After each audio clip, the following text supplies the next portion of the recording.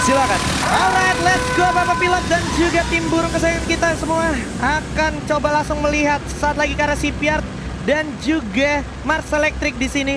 Sudah terlihat pesawatnya dan udah ada yang turun sekitar 5 tim. biasa. Louvre seperti biasa bakal menguasai daerah shipyard sendirian. Sementara ada Aero yang pulang ke rumahnya di daerah Mill. Ada Onyx yang main ke arah pick juga, sementara First Rider bakal ditemanin oleh tim DG di Seperti sini. biasa, First Rider turun daerah pick di mana biasanya bertemu sama DG Esports. Tapi kali ini DG Eternal yang menggunakan pet dari DG Esports itu sendiri ya. Betul, sementara itu Dranix di sini bakal kedatangan tamu sepertinya, atau setidaknya dari tim SAS mengetahui dari Clock Tower ada orang, dia bakal masuk ke Ring 6 Village. Alright.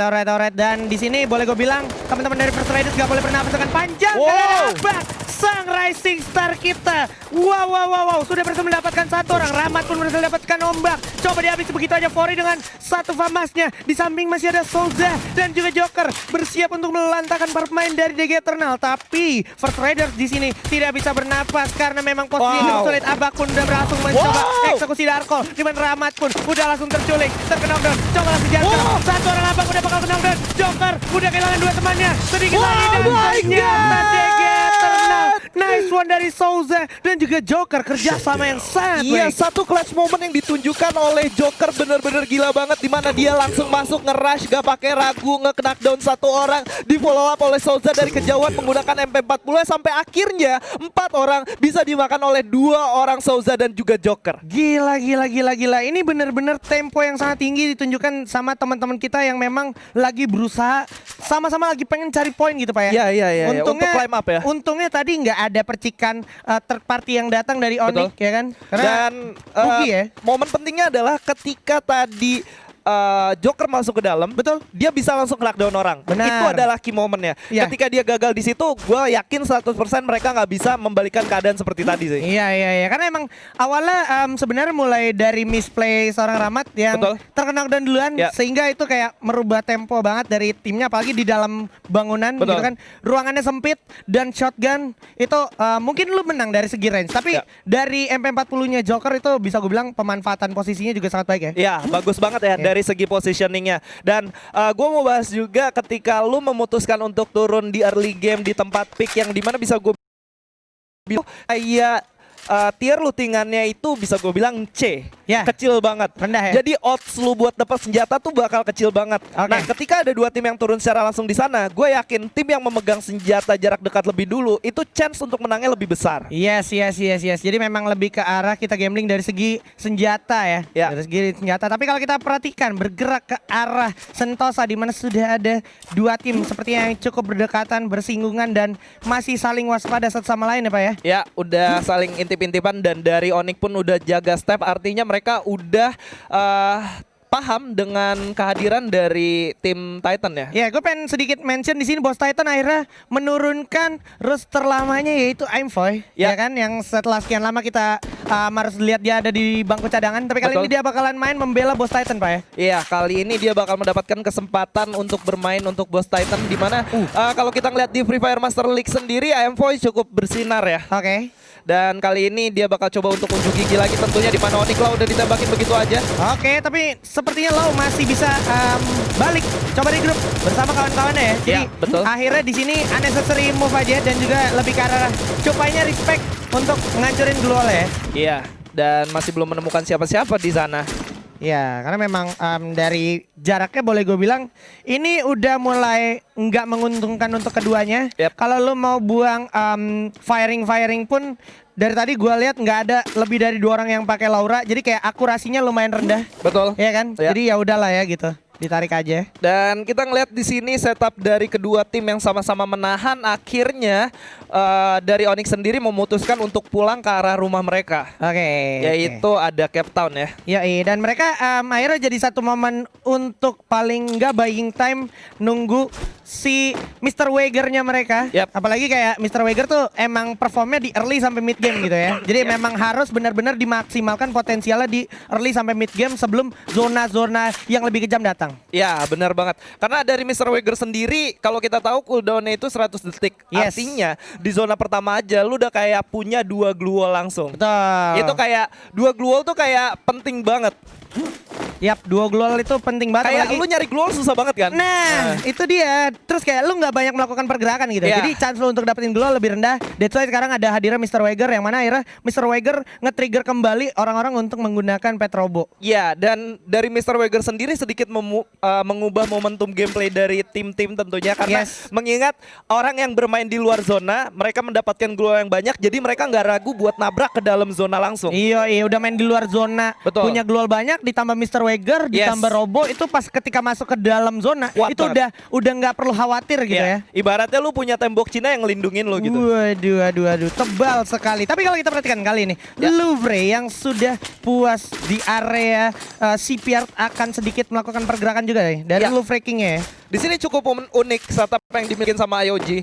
Gimana IOG sendiri setelah puas melakukan looting di daerah observatory, akhirnya mereka narik ke daerah atas dan berhasil. Mereka nggak fight early dengan musuhnya ya.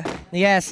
Mereka benar-benar lebih ke arah mencari informasi semaksimal mungkin, namun dengan chance yang semini mungkin untuk di-track sama musuhnya. Betul, karena resource dari observatory sendiri seperti yang kita ketahuin ya, bisa dibilang high tier lootingan. Oke. Jadi harusnya satu aja itu udah cukup untuk satu tim. Benar. Satu tempat, Satu kecuali tempat dibagi dua observatory ya. Yes, karena lootingan dari observatory mirip-mirip dengan clock tower tapi masih lebih banyak observatory sih. Ya, lebih ke arah jaraknya juga sudah lumayan berdekatan Betul. gitu kan. Jadi memang Lootingnya observatory lootingnya lebih cepat dan timing untuk setupnya juga boleh gue bilang harusnya lebih cepat lagi. Ya, kalau gua ngomongin observatory nih, lootingannya ingat kayak udah Ada. langsung ditembak. Ya, ada yang firing tadi karena memang lumayan bisa untuk dipanis juga. Yes.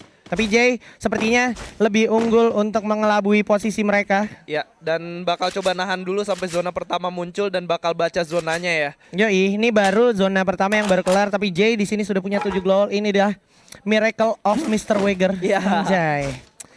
Aduh, ini benar-benar memang satu hal yang bisa gue bilang jadi concern juga untuk semua tim ya. Betul. Ditambah semua tim yang bermain di pinggiran itu pasti mereka nunggu zona ketiga ada di mana gitu. Betul.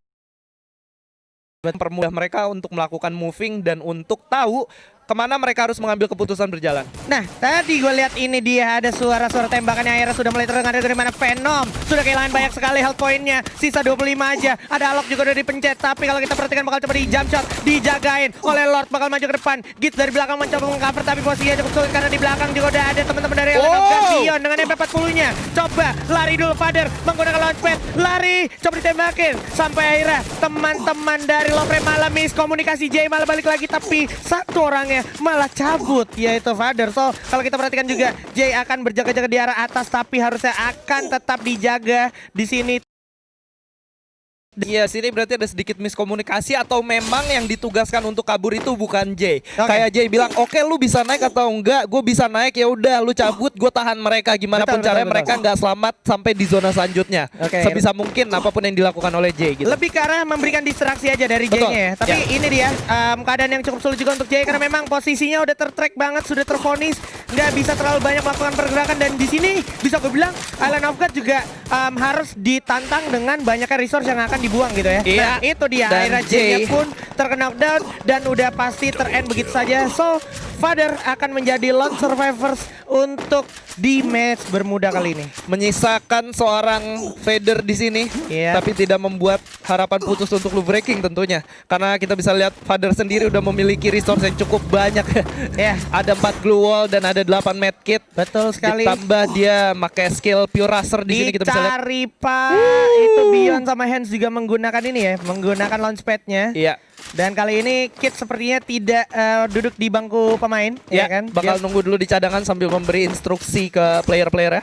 Oke. Dan Father sepertinya akan coba dijaga dengan cukup ketat ya kan dari teman-teman Island of God. Tapi kalau kita perhatikan di sisi lain ternyata zonanya juga sudah berjalan bergerak ke arah area pick di mana ada perpecahan. Onyx Ares bakal bertemu dengan para pemain dari SES di mana langsung blind dari teman-teman Onyx Ares langsung dengan MP5 yang masih ada not dan juga MP5 di tangan tapi Rais dengan M14-nya berhasil dapetin satu. Dari sini Lau juga bakal coba regroup dulu, coba maju ke depan, Glual dipasang, 6 masih ada di tangannya, coba maju lagi, mencoba ngeras ke arah para pemain dari SES Saudara Esports. Para pemain dari Onyx masih mencari satu persatu di mana dia. Itu dia udah ada bara, terlihat terdeteksi, tapi untungnya masih bisa menghindari firing yang datang dari Ares. Iya, makro coverannya cukup baik ditunjukkan di sana, tapi Zek siap berhasil mendapatkan bara, harus terkena down di sana, menyisakan 2 orang, nggak dikasih ampun, bakal dikejar, bakal dikomit dan langsung di end begitu aja. 2 poin eliminasi buat Onyx Ares di sini. Yes, menyisakan Yamil dan juga satu kawannya lagi dari saudara eSport bersamaan dengan Mang. Tapi masih tetap tertrack karena memang posisinya udah cukup sulit. Yamil bakalan menjadi satu distraction point sepertinya untuk membiarkan seorang Mang lari dengan bebas dan memberikan satu efek pengelabuhan harusnya untuk teman-teman dari Onyx Ares. Iya, hati-hati dari sebelah kirimu Yamil dan udah ditembakin begitu aja. Gak worth akhirnya ketika dia melakukan split position, atau ternyata ini malah menjadi peluang untuk Yamil mengelabui teman-teman dari Onyx Ares untuk langsung naik balik lagi ke arah Mars Electric. Wah, bagus banget di sini. Boleh ya? Keputusan yang diambil oleh Yamil ya. Kita bisa ngeliat gimana dia memutuskan untuk mengambil patahan yang dimana point of view musuhnya nggak bisa ngeliat sama sekali. Yes. Dia manfaatin yang namanya pegunungan, tapi di lain sisi Sesmang harus terkena down lagi. Oh ini yang tadi ya? Ini yang tadi. Ini Sesmangnya udah habis, cuman tadi dari point of view-nya Yamil tuh kayak jauh udah out of range, tapi masih kerender gitu. Sebenarnya gue sedikit kurang setuju dengan pergerakan yang dilakukan oleh Onyx Ares karena seharusnya ketika mereka nyampe di Mars Electric mereka udah punya pattern jalan yang bakal mereka ambil. Tapi dengan mengejarnya satu orang ini bisa aja menjadi turn back point buat mereka ketika mau masuk ke dalam zona udah ada yang nungguin mereka gitu. Nah itu ya yang sebenarnya mungkin bisa dimaksimalkan lagi mungkin di ronde berikutnya ya. Betul, atau bisa jadi juga satu nilai plus karena mereka dapat poin tambahan. Nah itu kita bisa lihat nanti ya. Oke, nah ternyata sudah ada yang menggunakan information box lagi di sini dari teman-teman Onyx Olympus, dari Tayo dan juga kawan-kawan ternyata sudah mengamankan area rumah labirin yang cenderung cukup krusial juga nih, rumah di daerah Pik ini Pak ya. Iya. Ini benar-benar emang jadi satu ajang adu fokus juga, apalagi kalau kita perhatikan di area patahan ini yang dekat rumah beton itu udah ada teman-teman dari Dranix. Yes. Apalagi kayak di sini tuh ada Boom, terus ada First Riders juga yang masih stay di area rumah ayam di sana ya kalau nggak salah ya. Ini harusnya zonanya ke arah Dranix sih. Dranix sama ya? Onyx harusnya ya. Harusnya. Kalau misalkan sampai ke sana tim yang di luar zona itu bakal susah banget tentunya. Yap, dan Karena patahan-patahan yang dimaksimalkan dimiliki oleh tim yang ada itu ya, dan ini bakal jadi satu polemik tersendiri juga untuk Onyx yang memang lagi holding position di luar zona dan sekarang udah mulai nggak nguntungin karena depan juga ada teman-teman dari Boss Titan. Dan yes, that's it. Dranix dan juga Onyx Olympus. Iya, ini tentunya memaksa tim-tim yang masih ada di luar zona untuk masuk, mengingat nyampe zona ketiga masih 11 tim dan 36 orang yang hidup. Iya. Dan tadi kalau gue lihat juga kalau nggak salah dari Straw Hat juga menggunakan satu skill yang akhirnya mulai reliable lagi. Yep. Itu ada Olivia. Karena memang Olivia juga sangat membantu banget, apalagi ketika close range fight ya kan.